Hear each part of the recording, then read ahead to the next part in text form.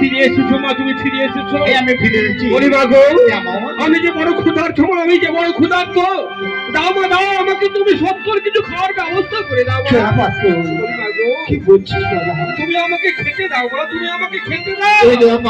বলো মা বলো। আমি সারা বিরাট ভ্রমণ করি, আমি ক্ষুধার্ত তৃষ্ণার্ত ক্লান্ত। বলি মা গো, তুমি ক্ষুধার্ত, তুমি বলছো আদিপতি বিরাটের কাছে পুজো নেবে বলে যে তুমি মানত করে বসে আছো। কিন্তু মা গো, বলো মা বলো, আমি তোমার পুত্র যাও, আমি কেমন করে আমার ক্ষুধা নিবারণ করবো তুমি আমায় বলে দাও। আর তুমি যদি আমাকে খেতে না দিতে পারো মা, আমি এখনই যাবো কৈলাসে। আমি মহাদেবকে একটাই প্রশ্ন করবো, বলো বলো বলো, কেন বা জন্ম জন্ম দিলে আমার এই ধরা যাবে? কেন বা জীবনের সঙ্গে তোমার ঘরে আমি বক্ত হবে? আমি যে বড় ক্ষুধার্ত মা, আমি যে বড় ক্ষুধার্ত, আমি যে ক্ষুধার সহ্য করতে পারছি না মা।